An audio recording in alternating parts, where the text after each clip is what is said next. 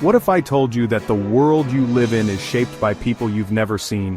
From the shadowy halls of the Freemasons to the deadly Brotherhood of the Black Hand, these groups have influenced kings, toppled empires, and pulled the strings of power for centuries. But who were they really? And more importantly, do they still exist? Boom! Title card slams in, the most feared secret societies in history. Ah yes, the Illuminati, a name whispered in hushed tones, often accompanied by a knowing glance. The mere mention of this group conjures images of clandestine meetings, shadowy figures huddled in dimly lit rooms, plotting the course of world events. But how much of what we think we know is true? Our journey into the heart of this enigmatic organization begins not in some smoke-filled chamber but rather in the halls of academia.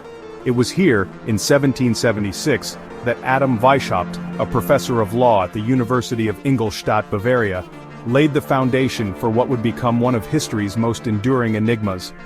Weishaupt, a man of sharp intellect and a deep distrust of the Church's grip on knowledge, envisioned a world illuminated by reason and free from the shackles of superstition.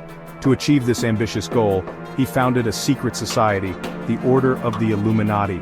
Its members, drawn from the intellectual elite of the day, were bound by oaths of secrecy and loyalty, their true allegiance hidden behind a veil of clandestine rituals and coded messages. Their aim was societal transformation, to steer the course of history towards a future governed by Enlightenment principles. The Illuminati's influence began to creep through society, winding their way into Masonic lodges, universities, and even the corridors of power. Their ideas, spread through a network of whispers and coded correspondence, began to take root, challenging the established order and planting the seeds of dissent. However, their clandestine activities did not go unnoticed. In 1785, the Bavarian government, spurred by rumors of subversive plots, struck at the heart of the Illuminati.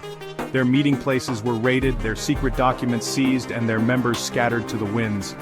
The order, seemingly crushed under the weight of authority, faded from public view, its legacy relegated to the whispers of conspiracy theorists and the annals of history. But did it truly vanish?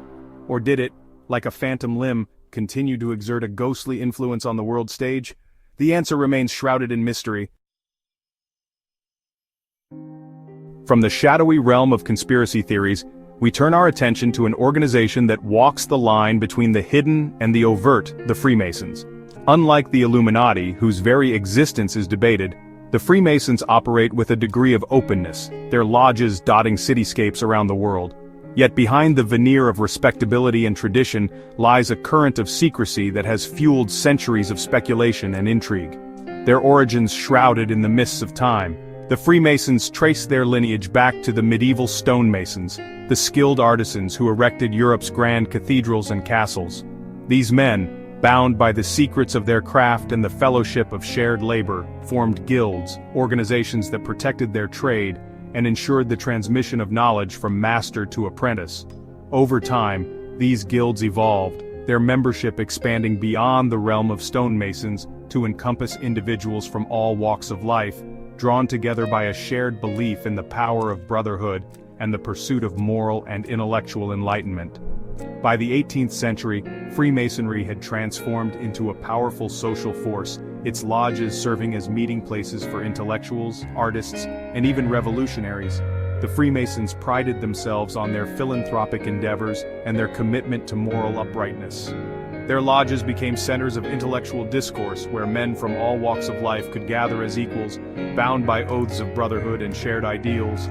However, it was this very secrecy, this air of mystery surrounding their rituals and inner workings, that fueled suspicion and distrust. Rumors swirled of hidden agendas, of powerful figures meeting behind closed doors, their decisions shaping the course of nations. Were they merely a harmless fraternity dedicated to self-improvement and charitable works? Or did they wield a more insidious influence, their members pulling the strings of power from behind the scenes? Whether viewed as a harmless fraternity or a shadowy cabal, the Freemasons remain an enigma, their true nature as elusive as the secrets they hold dear. While the Illuminati and the Freemasons navigated the world with a blend of secrecy and influence, our next subject operated in a realm of shadows and violence, the Black Hand. This was not a society of intellectuals or power brokers, but a clandestine organization fueled by fervent nationalism and a thirst for retribution. To understand the Black Hand, we must journey back to the tumultuous Balkan Peninsula in the early 20th century. The Austro-Hungarian Empire, a sprawling behemoth in its twilight years, held sway over a patchwork of ethnicities yearning for independence. Among them were the Serbs, a people with a long and proud history, who chafed under the yoke of foreign rule. It was from this crucible of resentment and nationalist fervor that the Black Hand emerged, a secret society with a singular, deadly purpose: to liberate Serbia from Austro-Hungarian control by any means necessary. Founded in 1911, the Black Hand, also known as Unification or Death, was a shadowy organization, its members bound by ironclad oaths of secrecy and self-sacrifice. Unlike the Freemasons with their intricate rituals and moral codes, the Black Hand operated with a chilling pragmatism. Their weapon of choice was not the subtle whisper or the carefully placed pawn, but the cold, hard reality of violence. They believed that the path to Serbian independence lay paved with blood, and they were more than willing to spill it, their own included. The Black Hand's network of agents and assassins spread throughout Serbia and beyond, their eyes and ears constantly searching for opportunities to strike at the heart of the Austro-Hungarian Empire. Then, in the fateful summer of 1914, an opportunity presented itself.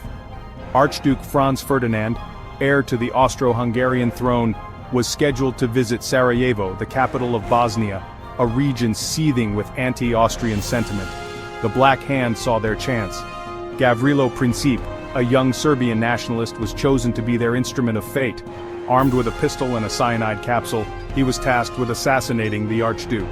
On June 28, 1914, Princip, a lone figure amidst the throngs lining the streets of Sarajevo, seized his moment. As the Archduke's motorcade slowed, he fired 2 shots, fatally wounding Franz Ferdinand and his wife Sophie. The assassination of Archduke Franz Ferdinand was a spark in a powder keg, igniting the tinderbox of tensions that had been building in Europe for decades, plunging the continent into World War I. So here's the big question. Do secret societies still control the world? Were they truly wiped out, or did they just go deeper underground? Even today, powerful people meet behind closed doors. Decisions are made in secrecy, and symbols of these ancient societies still appear everywhere. Coincidence, or proof that secret societies are still running the world? What do you think? Let's start a conversation in the comments. And if you love uncovering the darkest secrets of history, hit that subscribe button. More mysteries coming soon.